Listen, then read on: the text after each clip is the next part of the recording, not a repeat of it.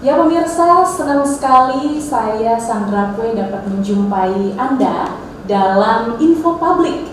Dan spesial kali ini kita akan membahas mengenai pemekaran Papua Selatan.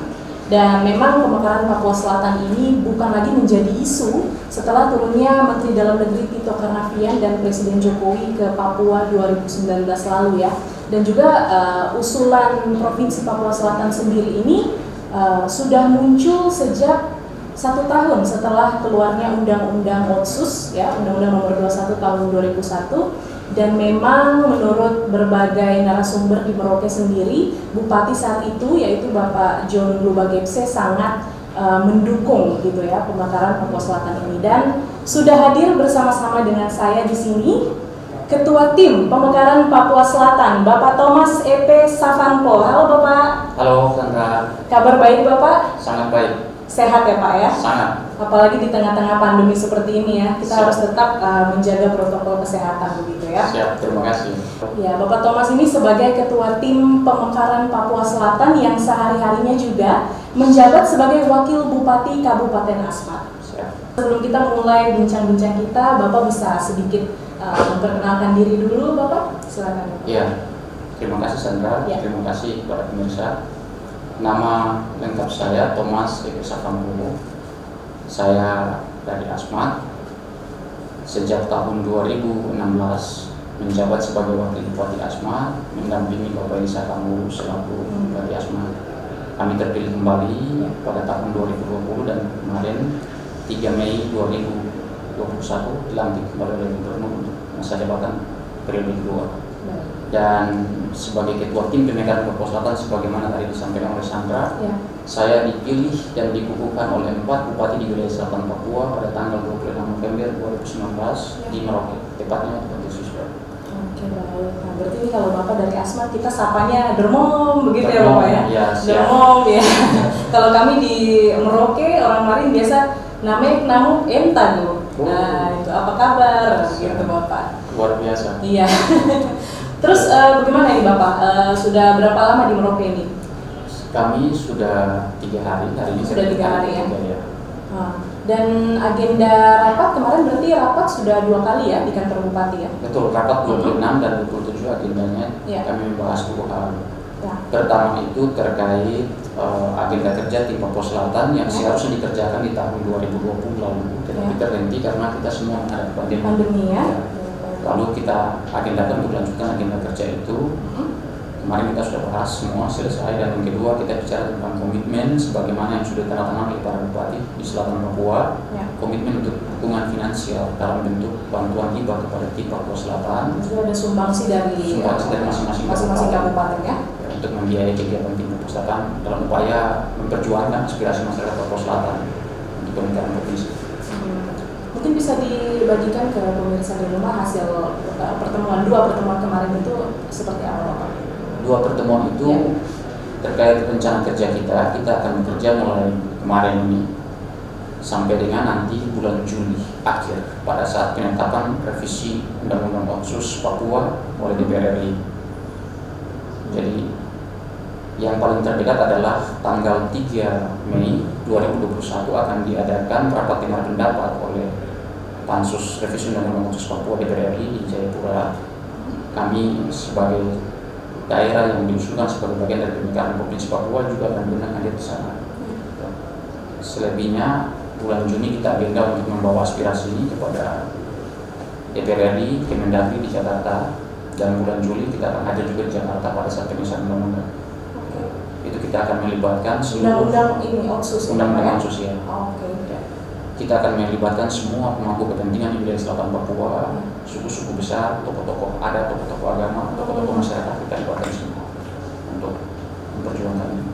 Ya baik, sebelum kita masuk mengenai proses perjuangan ya untuk kita mencapai pemekaran Papua Selatan ini, mungkin Bapak bisa bagikan sedikit ke pemirsa di rumah, kan mungkin banyak yang belum tahu apa syarat-syarat suatu daerah itu bisa melakukan pemekaran seperti itu Bapak, dan apakah 4 wilayah besar ini sudah memenuhi syarat-syarat itu, mungkin bisa Bapak bagikan, silakan. Ya, sebenarnya syarat undang-undang itu Undang-Undang Nomor 32 Tahun 2014 dan Undang-Undang 23 tahun 2019 tentang pemerintahan daerah sama saja, bahwa untuk menjadi sebuah provinsi itu minimal syarat administratifnya memiliki wilayah cakupan 5 kabupaten atau kota.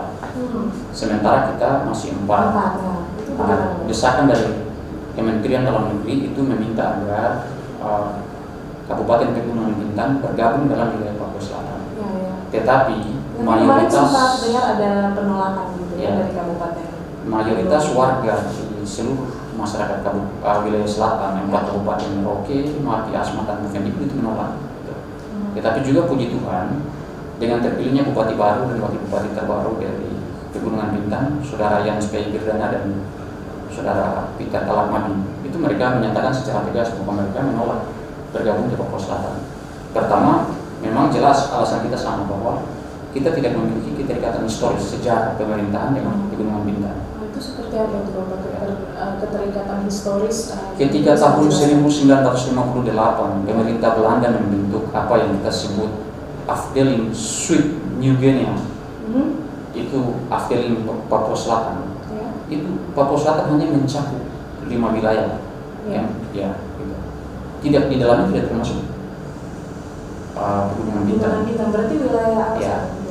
Merauke, Onder Afdeling Merauke berkedudukan di Merauke, Onder Afdeling Muyu di Midip Tanah, Onder Afdeling Buvendigul itu di Tanah Merah, Onder Afdeling Mati itu dulu di Keti, Onder Afdeling Asmat di Asmat. Gitu. Jadi itu yang mencakup wilayah Zuid New Guinea. Dan atas dasar itulah kemudian pada tahun 1969 setelah PPRA, pemerintah Indonesia menetapkan pembentukan Provinsi Irian Barat dengan 9 daerah otonomi baru. Kabupaten Merauke dimikirkan sebagai salah satu kabupaten di dalam wilayah otonomi Papua itu mencakup wilayah Zuid New Guinea itu. Dan di dalamnya juga persis tidak terdapat Pegunungan Bintang. Apakah hal itu sudah dijelaskan ke pemerintah pusat? Ya, ini yang sedang kita lakukan. Lobby terus-menerus, upaya terus-menerus untuk meyakinkan pemerintah pusat bahwa pola yang pernah dilakukan oleh pemerintah Belanda dalam penentuan administrasi pemerintahan itu harus diikuti. Karena Belanda mendasarkan pembagian wilayah pemerintahan itu hanya dengan 2 dasar. Pertama adalah dasar antropologis, kedua adalah etnologi. Kalau kita tidak mengikuti pola ini, kita membagi Papua sesuai dengan keinginan Jakarta tanpa memperhatikan aspek-aspek etnologi dan antropologi. Inilah yang kita hadapi hari-hari ini, kekacauan di mana-mana.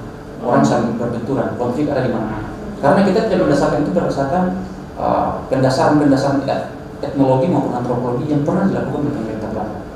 Kita melakukan semuanya serba baru, seolah-olah kita tidak ingin mengikuti Belanda dengan alasan ya kita tidak mau mewarisi peninggalan kolonial. Padahal ini kan keliru gitu. Ini tidak sekedar bukan persoalan peninggalan kolonial, tetapi persoalan bagaimana Belanda memintakan itu secara presisi, akurat, kedekatan emosional, etnologis dan antropologis itu, sehingga minimalisir timbulnya konflik-konflik di kemudian hari. Kenapa Papua Selatan ini tidak pernah ada konflik? Karena Belanda mendasarkan itu karena berdasarkan alasan etnologi dan antropologi. Di Papua Selatan ini. Dan sampai hari ini Merauke, bagian dari Afdeling Zuid New Guinea itu aman. Tak, tidak pernah ada konflik. Karena jelas Belanda memintakan itu yang jelas. Pemerintah Belanda itu. Kalau tidak salah waktu Afdeling ini dibentuk tahun 1958 itu gubernurnya itu mantan antropolog dari Belanda, seorang pendengar dari Belanda yang pernah bertugas di Merauke.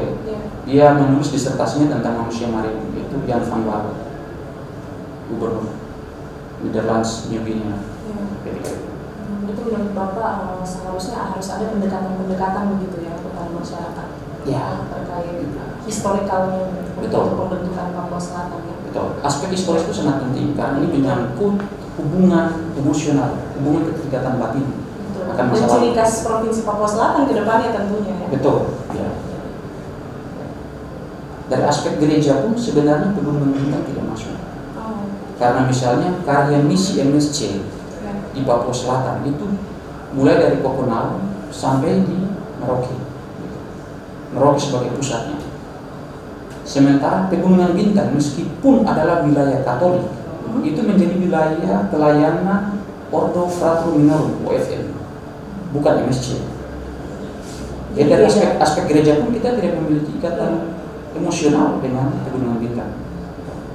Justru Asmat, Mati Bovendigul dari aspek gereja, Mimika itu dekat aspek sejarah gereja. Untuk tim pemekaran Papua Selatan ini dibentuknya sudah dari 2020 ya? 2019 akhir November. 2019. Ya, 26 November 2019. Itu sudah pastinya sudah ada langkah-langkah yang dilakukan dari tim pemekaran Papua Selatan begitu Ya. untuk melakukan pendekatan pastinya sebelum ke pemerintah pusat ke pemerintah provinsi dulu dalam hal ini gubernur dan juga MRP. Apakah itu sudah dilakukan sejak awal atau bagaimana sejarahnya? Kami tahun lalu Ya. akhir bulan Januari kita berencana untuk membawa aspirasi ini kepada DPRD, MRP dan Gubernur Papua. Baik. Kami agendakan waktu itu awal April bersamaan dengan pelaksanaan Musrenbang Provinsi tahun 2020. Tetapi tepat bulan Maret sebelum agenda itu terlaksana, Papua mengalami lockdown karena pandemi, kita masuk di masa pandemi. Nah, agenda itu pun berantakan. Dana hibah yang telah disiapkan oleh 4 kabupaten untuk mendukung pergerakan tim ini akhirnya juga mengalami refocusing, dialihkan untuk penanganan COVID. Sehingga nyaris tahun 2020 rencana kerja yang sudah kami susun itu tidak bisa terlaksana karena kita mengalami situasi pandemi, anggaran semua dialihkan untuk penanganan COVID. Dan agenda itulah yang sekarang kita dorong kembali. Nah, persoalannya begini. Dalam kerangka pemekaran Papua Selatan ini kita tidak lagi bisa berbicara tentang aspek administrasi secara berlebihan. Ya. Pada titik hari ini kita bicara Papua Selatan, itu kita sudah memasuki tahap finalisasi, tahap di mana aspek politis itu akan sangat menentukan. Administrasi itu dia akan menyesuaikan dari belakang. Misalnya kajian akademis dan macam-macam, dia menyesuaikan dari belakang. Keputusan politik, komunikasi politik akan paling menentukan provinsi ini jadi atau tidak. Karena itu maka para pemangku kepentingan, terutama para aktor-aktor politik di selatan Papua, kita bersama-sama bergandengan tangan, para bupati, pimpinan DPR, anggota DPR, kita semua bergandengan tangan melalui jalur masing-masing kita melakukan lobby-lobby politik untuk meyakinkan pemerintah pusat bahwa Papua Selatan siap.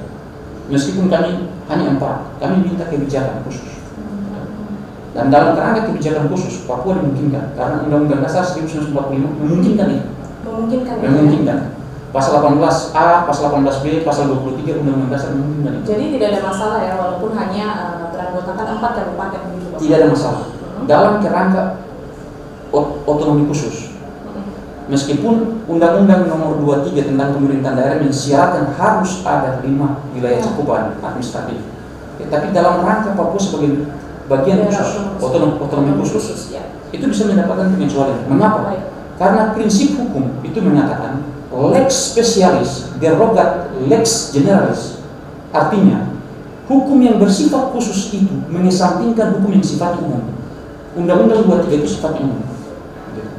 Maka dalam kerangka otonomi khusus, kebijakan khusus itu dimungkinkan mengesampingkan Undang-Undang 23. Pemerintah harus membuat terobosan itu. Dan kita berharap begitu. Inilah komunikasi politik yang sedang kita bangun dengan pemerintah pusat. Pemerintah pusat ya. Gitu. Kita berharap semuanya berjalan dengan lancar ya. Kalau Papua ini kan daerah otonomi khusus, pasti bisa diberikan pengecualian begitu. Betul. Nah, lalu dalam kerangka kepengurusan tim pemekaran Papua Selatan sendiri itu seperti apa? Saya dengar ada pokja-pokja khusus ya yang menangani bagiannya masing-masing seperti itu. Betul. Ya. Ada pokja ada pokja yang menangani komunikasi politik, dan beberapa pokja yang lain. Melibatkan unsur dari 4 kabupaten, perwakilan dari partai politik, pemangku kepentingan adat, masyarakat, agama. Berarti tokoh-tokoh adat, tokoh perempuan, masyarakat adat juga dilibatkan, tokoh agama, tokoh perempuan, bahkan tokoh pemuda kita libatkan. Kita ingin menunjukkan bahwa perjuangan menuju Provinsi Papua Selatan ini bukan kepentingan kami, ini politik semata-mata. Ini kepentingan aspirasi dari masyarakat Selatan Papua ya. Betul, Sandra. Aspirasi dari segenap pemangku kepentingan dari Selatan Papua, dan kami sudah sejak lama merindukan ini. Sudah sejak lama juga pastinya merangkul aspirasi dari segenap masyarakat yang ada di Selatan Papua, gitu ya Bapak ya. Aspirasi ini dicetuskan pertama kali tahun 2002 oleh Bapak Bupati Merauke ketika itu Bapak John Babes. Waktu itu belum ada pemekaran. Jadi aspirasi ini sudah berkembang, dirindukan oleh masyarakat Papua Selatan selama 19 tahun. Berarti pada saat itu juga Bapak ikut begitu ya? Saya ketika itu masih seorang aktivis, ya. masih seorang aktivis. Masih seorang aktivis. Ya. Bisa diceritakan Bapak pengalamannya aktivis bersama mahasiswa. Bapak John mendorong untuk menuju ke Papua Selatan itu beliau waktu itu mengusulkan membentuk pemekaran Kabupaten Merauke itu menjadi 5. Tetapi oleh pemerintah pusat hanya disetujui 3 yang baru. Ya. Sedangkan 2 lainnya itu tidak diproses. Kabupaten Muyu yang seharusnya berkedudukan di Tanah itu tidak diproses karena alasan jumlah penduduk sedikit, digabung menjadi Bovendigul ketika itu. Ya. Jadi hanya Asmat, Bovendigul, Mapi yang jadi, hanya 4. Tahun 2007 ketika Bapak John menjabat periode kedua, kami deklarasi. Saya waktu itu sudah jadi ketua DPRD Asmat. Bapak Yusak Yaluo, Bupati Bovendigul, dan tokoh masyarakat terwakil dari Mapi, kami deklarasi di Cafe Bella Vista bulan Februari tahun 2007 di Merauke. Di Merauke ya.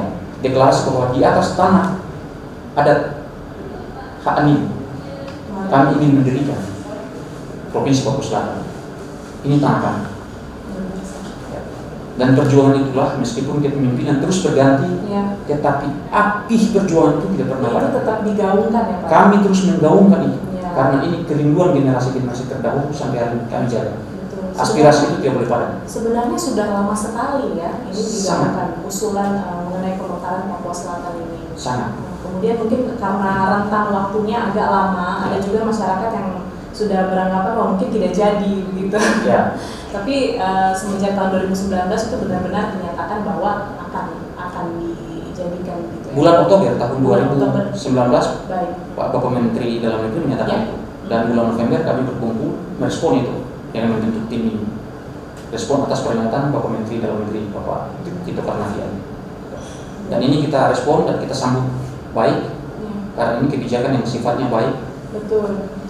Berkaitan juga dengan aspirasi rakyat yang sudah lama merindukan hadirnya Provinsi Papua Selatan. Ada banyak sekali pro kontra, bahkan ada yang menyebutkan bahwa pemekaran Papua Selatan ini adalah gula-gula untuk menutupi isu rasisme 2019 lalu. Ada bahasa-bahasa seperti itu. Tanggapan Bapak bagaimana selaku ketua tim pemekaran Papua Selatan? Begini ya, kita ini kan negara demokrasi. Ya. Pro dan kontra dalam sebuah kebijakan negara itu. Dalam demokrasi ya. Konstitusi menjamin perbedaan pendapat. Ya. Ya. Tetapi saya ambil sisi positifnya saja. Begini, kemarin waktu kita meresmikan pos sekretariat bersama Provinsi Papua Selatan itu ada satu kesaksian. Saya ambil kesaksian kecil dari ketua DPRD Kabupaten Bovendigul, Saudara Athanasius Kokna. Beliau bersaksi tahun 2003 ketika Merauke Bapak John II mengusulkan pemekaran kabupaten. Merauke menjadi tambahan ada 3 kabupaten baru. Pak Athanasius dan rombongan itu masih aktivis mahasiswa di Jayapura. Mereka turun demo menolak pemekaran. Oh, oke. Ya. Tetapi setelah pemekaran ini jadi, beliau kemarin mengaku bahwa saya ikut menikmati bagian dari pemekaran Indonesia sekarang menjadi ketua DPRD. Andai kan dulu Bovendigul tidak dimekarkan, dia jadi apa? Ya, mungkin belum tentu menjadi ketua DPRD. Ya. Ya. Papua Barat pun begitu. Teman-teman saya ketika Provinsi Papua Barat, Ibu Megawati dengan amanat Presiden memekarkan Provinsi Papua Barat. Ya. Teman-teman kami yang kuliah dari Manokwari, Solo, Fak macam-macam, melakukan demo di Jayapura. Tapi setelah provinsi ini jadi, semua orang berebut mau jadi pegawai, berebut jadi pimpinan partai, berebut untuk ikut caleg dan macam-macam. Jadi kontraktor, jadi konsultan, berebut bagian dari kue pembangunan, kue pemekaran itu. Ya. Saya yakin hari ini pun ada beberapa pihak yang pro dan kontra. Betul. Terutama mereka yang kontra kepada pemekaran provinsi. Ya. Tapi suatu saat ketika provinsi ini jadi, semua akan ikut ambil bagian, ikut menikmati buah dari pemekaran ini. Gitu. Apa yang kami perjuangkan itu? Catat itu baik. Jadi sebenarnya masalah visi saja ya dan persepsi ya, bagaimana kita memandang ini sebagai kepentingan bersama ya untuk kemajuan Provinsi Papua Selatan nantinya atau untuk kepentingan pribadi saja begitu ya. Betul. Pada dasarnya perjuangan pemekaran ini untuk mempercepat proses pembangunan. Betul. Untuk mendekatkan rentang kendali pemerintah kepada masyarakat dan untuk meningkatkan kesejahteraan masyarakat di daerah. Provinsi Papua ini perlu besar. Sangat besar, tidak cukup diurus dengan 2 provinsi. Kalau kita bandingkan dengan luasnya Pulau Jawa dan juga Pulau Sumatera, mereka saja sudah dibagi menjadi beberapa provinsi begitu. Kita ini sebenarnya yang paling luas ya Bapak ya? Paling luas. Ya, sangat luas. Bahkan wilayah Papua Selatan, saya kasih tahu, dari Asmat sampai Merauke, total luas wilayah Papua Selatan itu 119.700 sekian kilometer persegi. Kalau ditaruh di atas peta, luas wilayah Papua Selatan ini 1,3 kali Pulau Jawa. Dari aspek luas wilayah, kita sudah layak menjadi provinsi. Dan dari aspek geopolitik, kita ini berbatasan dengan 2 negara tetangga. Di sebelah selatan laut Arafura, kita berbatasan dengan Australia. Di sebelah timur kita berbatasan dengan Papua Nugini. Itu artinya ada kepentingan strategis nasional negara yang harus diamankan di wilayah Papua Selatan dalam rangka menjaga kedaulatan dan kepentingan negara. Dan untuk itu, pemekaran Provinsi Papua Selatan mau tidak mau harus jadi demi kedaulatan bangsa dan negara. Dan ini pemerintah harus sadar itu. Pastinya pemerintah dari 4 kabupaten sudah sadar itu karena sudah terbentuk ya. Ya.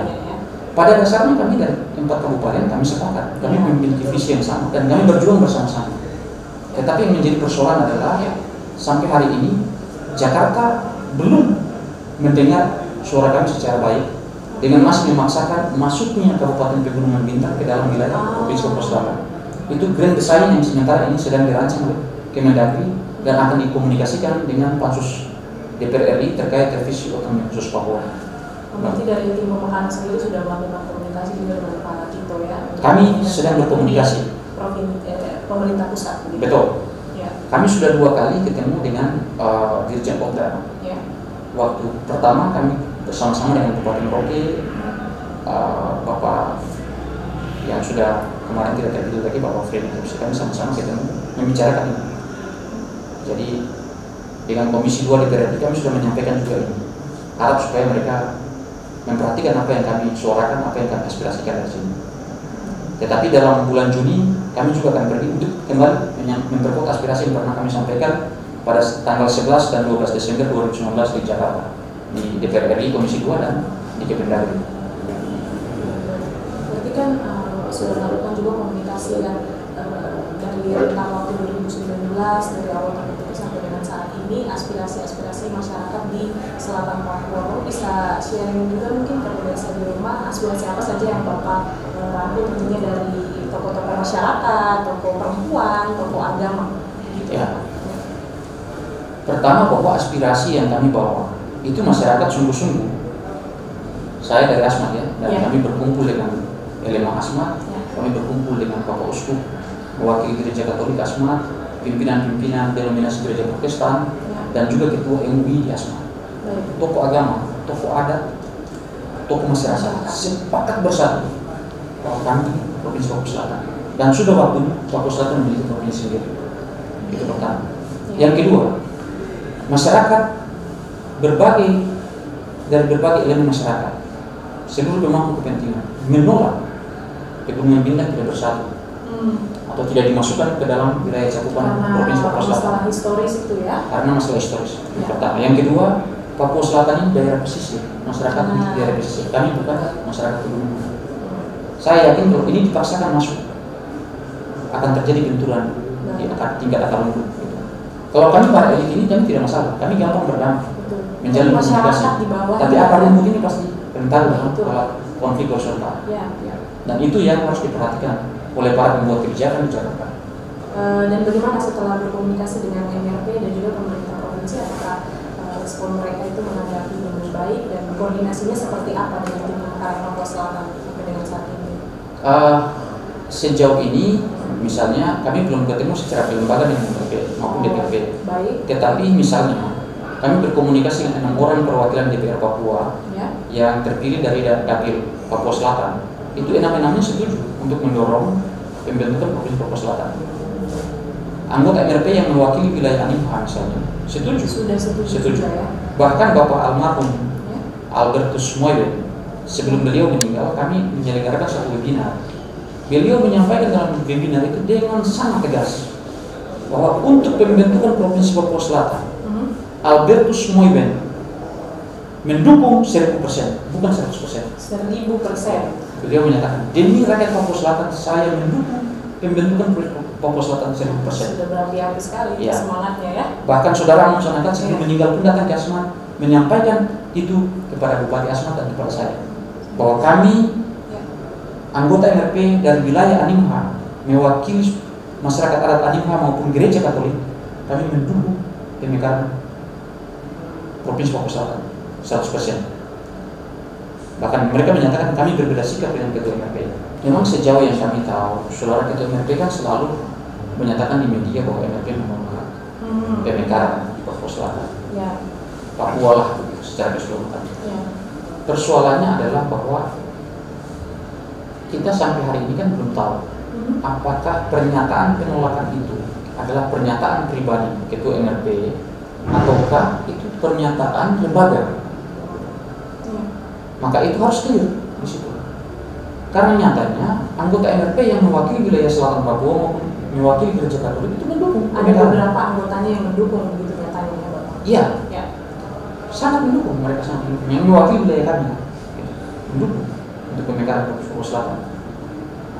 Disitulah yang kita belum tahu dan kita belum pastikan apakah sikap penolakan yang disuarakan oleh ketua MRP itu sikap lembaga atau sikap pribadi.